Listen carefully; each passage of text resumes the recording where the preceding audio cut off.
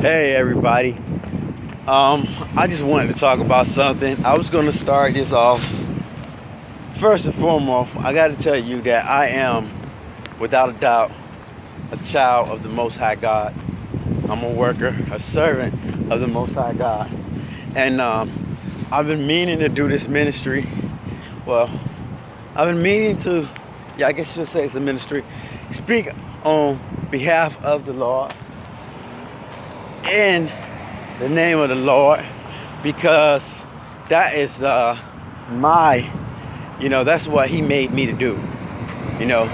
We are predestined. Some of us, I'm not sure exactly how many or if it's everyone, but I can tell you for certain that I am was predestined to be who I am, and that's a child of God. So right now, I'm walking, and I do this a lot because I walk a lot. I don't drive. Maybe that changed soon, or maybe not. But at this point, I enjoy life as it is because I have life. And as I walk a lot, I notice a lot from a different perspective because it's slower pace. It's more intimate with the world and with the earth. And I actually get to see the world for what it is. And many times I have my headphones on. I just bought some headphones. I got my headphones in my bag right now. And I'm listening to things. And I'm just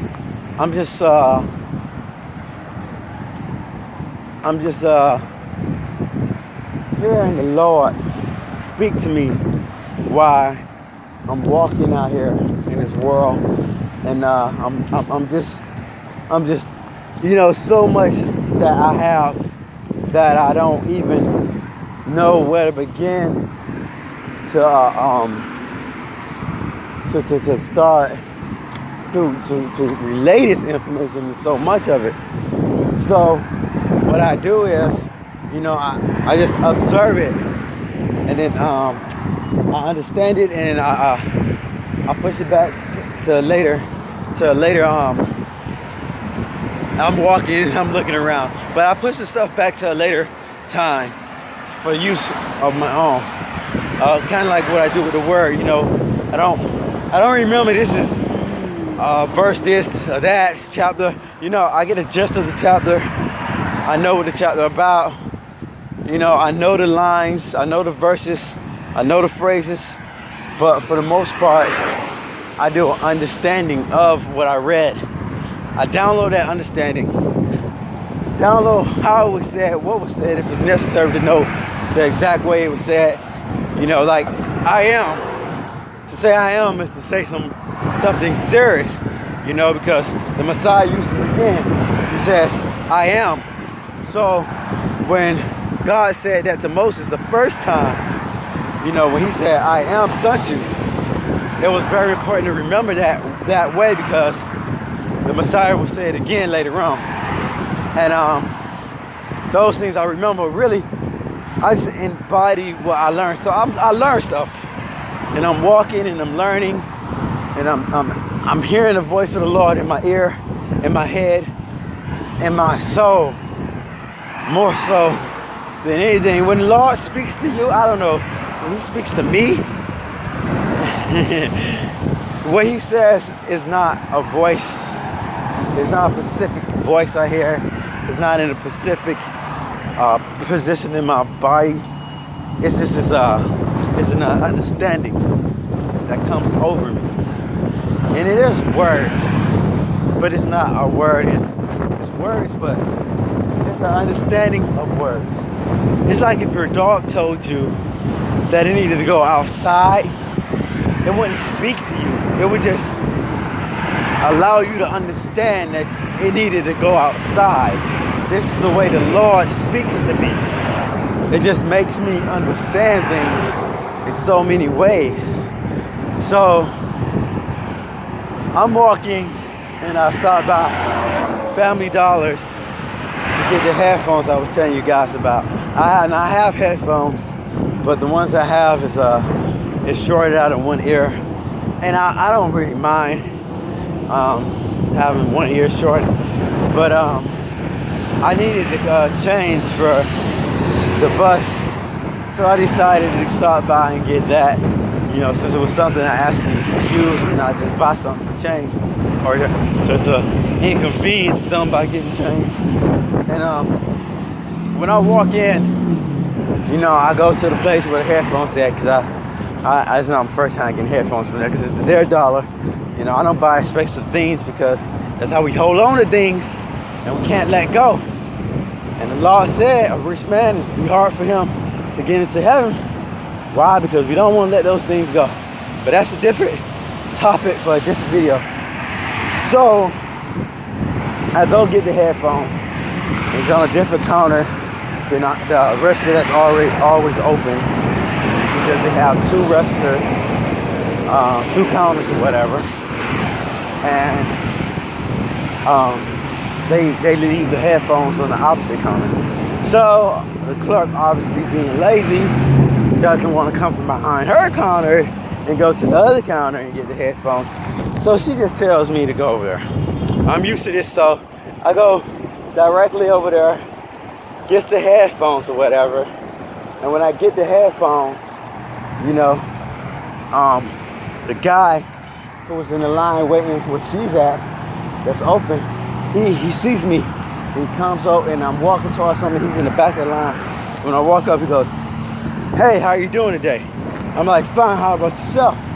He said, "You know, it's another day, I'm blessed." And I said, "Exactly, what else can we ask for?" So, you know, a lot of times when people say I'm blessed, God bless you, praise God, these are just like, you know, you sneeze, bless you. You know, you don't take that into consideration what you're saying right now.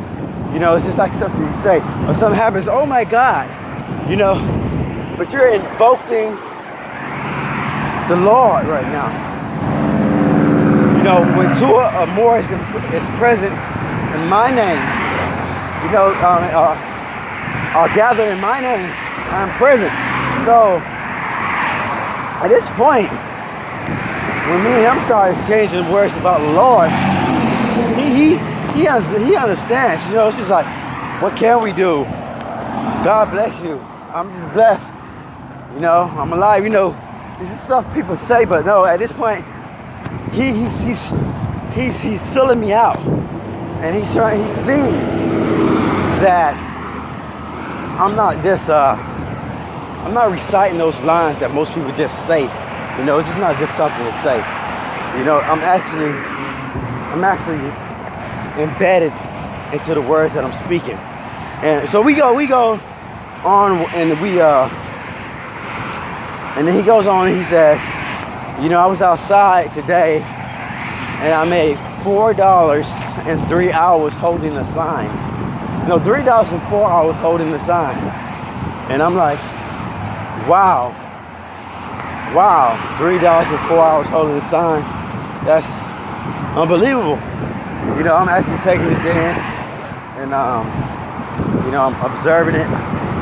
And the person in front of him, they're moving up to the line, to the cashier. They're checking out, and he moves up to be the next person to get in line. And I go, well, have you went over there? And he goes, what, to the plastic place? I said, yeah, because this is where I just came from. You know, to get a little extra money here and there. So, yeah, I go, yeah, to the plastic place. And then he's like, oh, I went, but they don't accept homeless people. You know, at this point, you know, after the conversation, the sign, I had to start realizing that I'm speaking with a homeless guy here. You know, because prior to that, that was just me and him having a conversation. I hadn't observed him. I hadn't looked him over or anything like that. I wasn't paying attention when he was washing.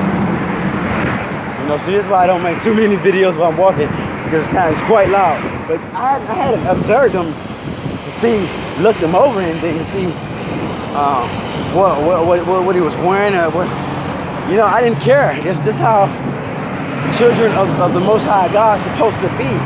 We don't supposed to see the outside appearance because the Lord doesn't see the outside appearance. So we shouldn't see the outside appearance either. You know, we should only see the inside. And so I realized this at this point. So he's like, no, they can't do it. I'm like, well, that's no good. He's like, I even said they needed an address. I even get an address to my church. You know, I'm like, okay, this makes a lot of sense to me because, you know, me and him, we started off with the God thing. And you telling me the address is your church, you know, which we're gonna get into later. Maybe on another video because right now I just want to wrap this up because it's too loud and whatever. But anyhow, so we had this little mentioned conversation or whatever and about the address and everything. I was like, maybe it's just because they needed like some paperwork to you know, to make sure that that you got to put in there. You know, they don't need just the address. You know, they need cards and stuff like that. I don't freaking know. Honestly, guys, I've been coming to this place for 8 years now. I think they asked me for mail. I'm not sure if they asked me for mail, but I don't know. So anyhow, I went on ahead and he got up to the restaurant, whatever, and I tried to comfort him as much as I can about the situation. And he pushed down the money. He was like, his food or whatever. And he's like, oh, I had $5. God, that was a blessing because I thought I had $3. This I know $3. 4 hours, not 4 for 3 hours because he had $5. He said that he had 3, and it was $2 more than what he was expecting. So he got money back. So he goes, oh, what a blessing. You know, I got more money. You know, this is $5. Most of you guys already spent $5 on a coffee and a Wims. This was this guy blessing right here. The $5 was the blessing. And he had to spend $3 and some change of it, which was the blessing because he thought he had only $3 to begin with. Now at this point, I'm looking and I'm noticing the countenance of the cashier at this point because we already had a conversation, me and him, about God. And we had to carry this conversation up until the cashier. So now we're at the cashier. He's paying for the product, and we're having this real conversation at this point. Exclaiming just how much of a blessing it is just to have enough of money to get food, which is less than $5. But had he not had the $5, he would have had $3. And the food came over 3 and she was doing some change. So that's how serious it is. So I'm looking at her to see how she reacts to hearing this, because I'm not sure if she was paying attention to our conversation the whole time, or if she was just it's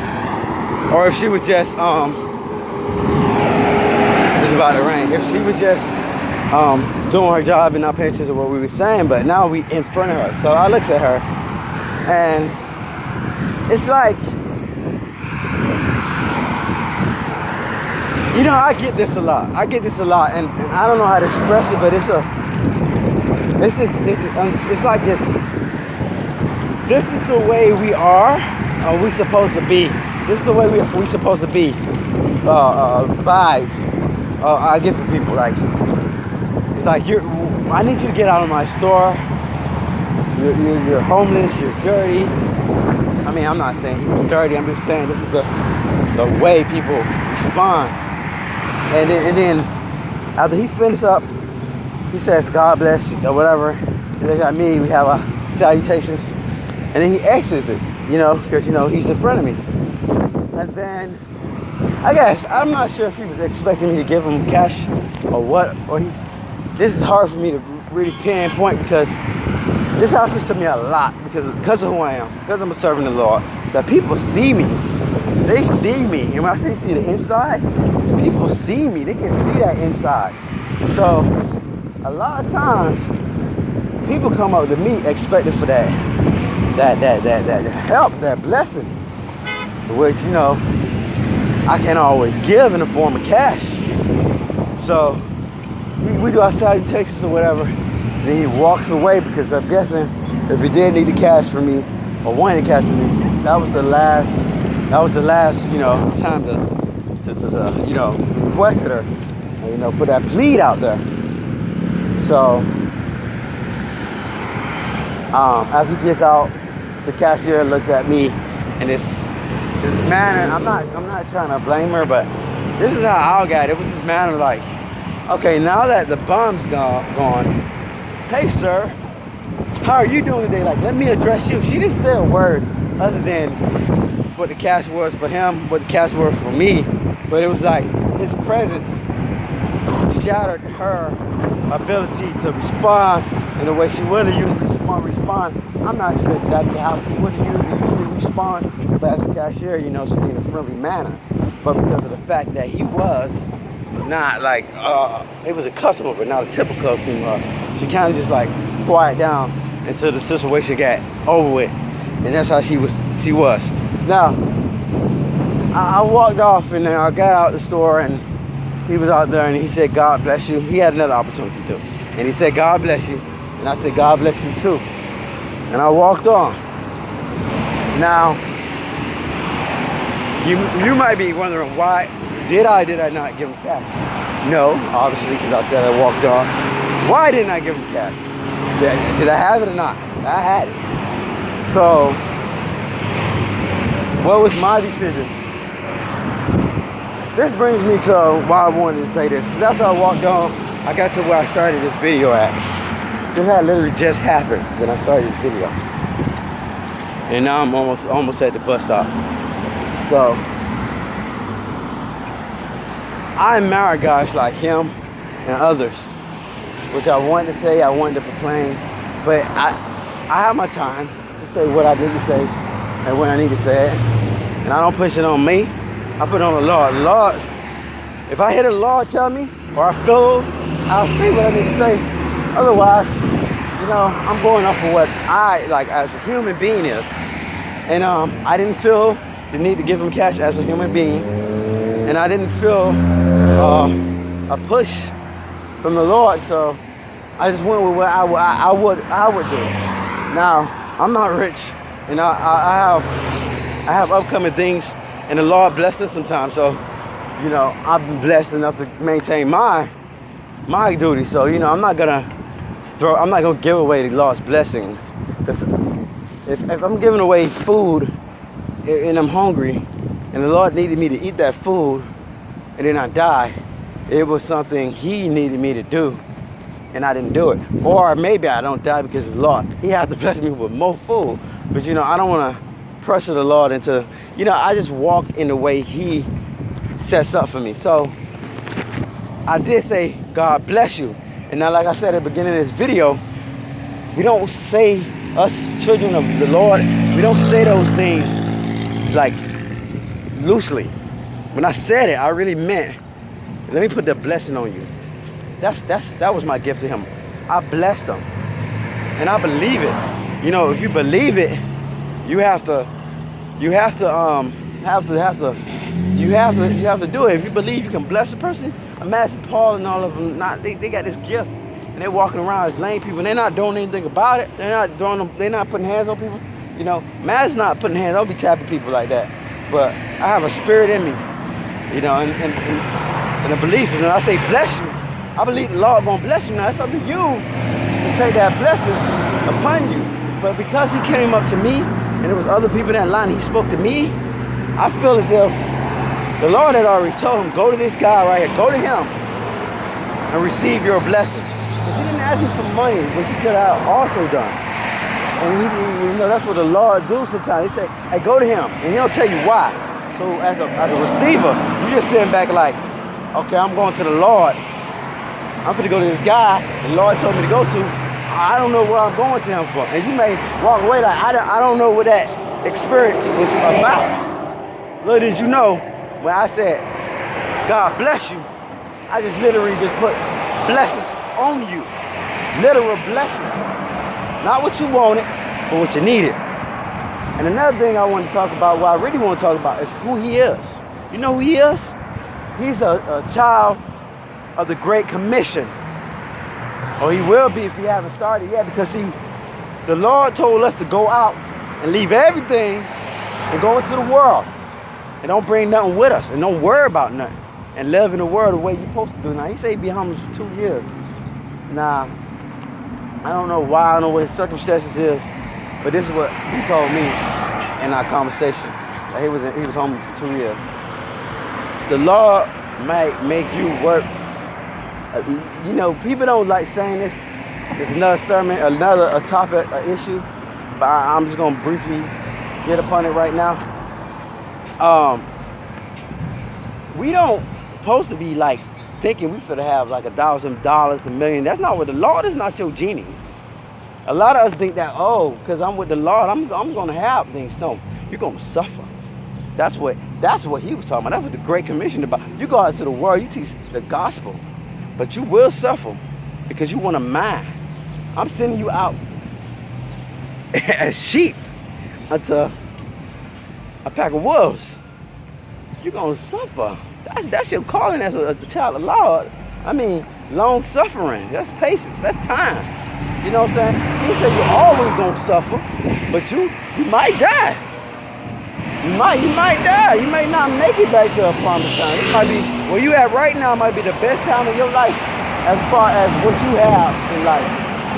But when you go out into the world as a child of the Lord and you preaching it and you putting it out there, you're going to get prosecuted. Believe me, you're going to get prosecuted. Maybe not to a point of death, but you're going to get prosecuted. So maybe the Lord working on him right now. I don't know. But he is a part of that.